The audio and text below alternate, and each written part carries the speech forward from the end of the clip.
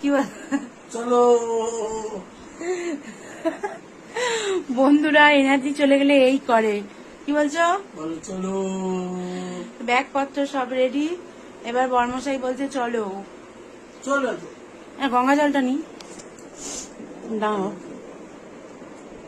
Energy কুলু হারিয়ে যাচ্ছে। চলো হারিয়ে যাচ্ছে, চলো।